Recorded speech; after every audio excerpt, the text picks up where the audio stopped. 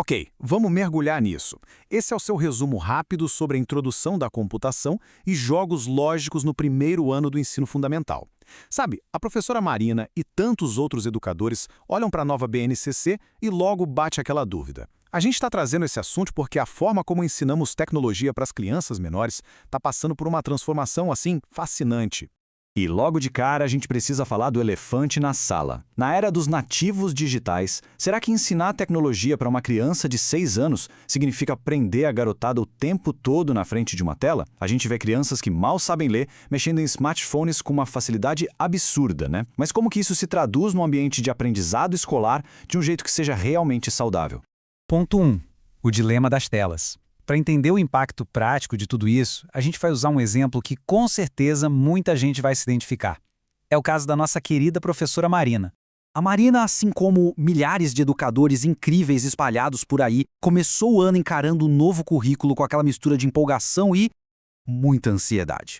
O desafio dela é gigante: como implementar esse eixo de computação que a BNCC pede para uma turma tão novinha sem transformar a sala de aula num laboratório de informática frio. Sabe, onde as crianças ficam ali isoladas atrás de monitores. E essa preocupação faz todo o sentido do mundo. Afinal, essas crianças estão em plena fase de alfabetização.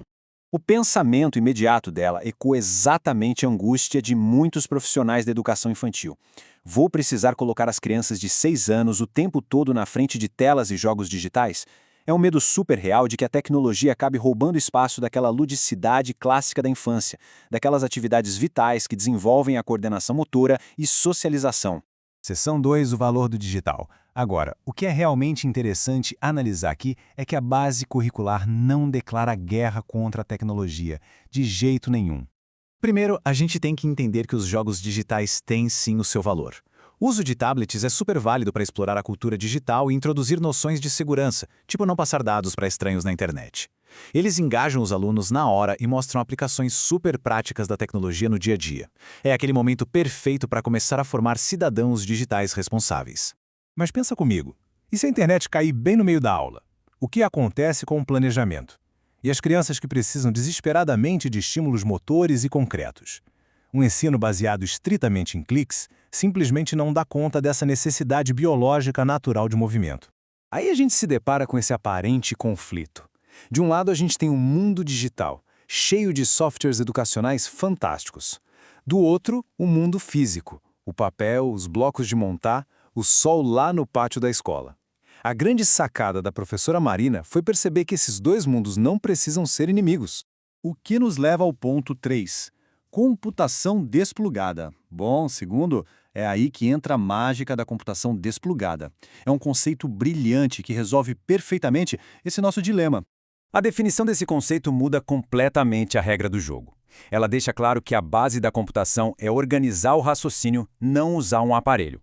É trazer a ciência da computação para o nosso mundo real e tangível. Ou seja, um simples pedaço de papel, um giz ou um bloco de montar tem tanto poder de ensino quanto o software mais avançado do mercado.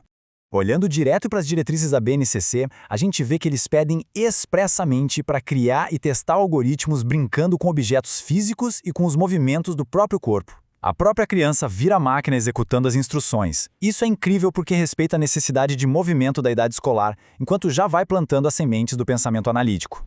4. Algoritmos do pátio escolar.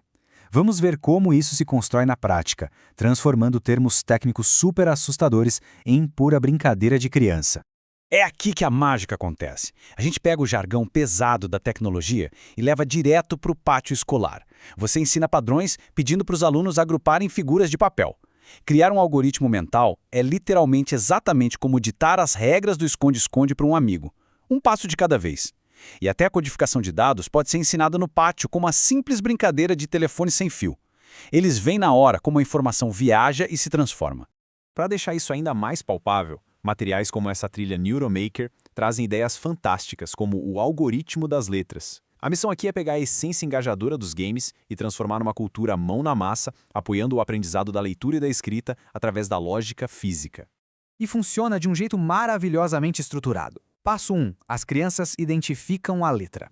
Passo 2. Elas usam a técnica de decomposição, quebrando a letra em traços simples, tipo retas e curvas. E o passo 3, elas executam a montagem física com palito de picolé. Gente, elas estão operando um código de montagem com o próprio corpo antes mesmo de segurar um lápis no papel.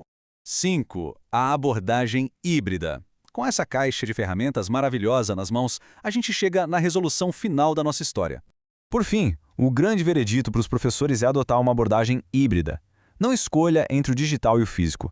Harmonize. A sala de aula moderna não é sobre excluir uma coisa ou outra, mas sim sobre juntar as peças para criar uma experiência de aprendizado redondinha. Então, a melhor estratégia é brincar de robô humano com blocos físicos para desenvolver a lógica e depois aplicar isso no tablet. O cérebro precisa absorver no mundo concreto, para depois ir para o abstrato. Ensinar a lógica dos jogos não é sobre o software, é sobre traduzir regras abstratas para o chão de concreto do pátio escolar. E isso ilustra perfeitamente a nossa conclusão. A verdadeira alfabetização digital no primeiro ano vai muito além do monitor. Ela está na lógica escondida de como brincamos, criamos e compreendemos o mundo a nosso redor. A brincadeira natural já é, de longe, o melhor ambiente de programação. Para encerrar, eu quero deixar uma provocação que, sinceramente, empolga qualquer um que ama educação. Pensem bem, se uma criança de 6 anos já consegue entender e usar o pensamento algorítmico para programar os passos de um colega no pátio da escola hoje, imagina só o nível de criatividade e as estruturas incrivelmente complexas que essas mentes vão construir amanhã. O aprendizado da computação acabou de ficar muito mais humano.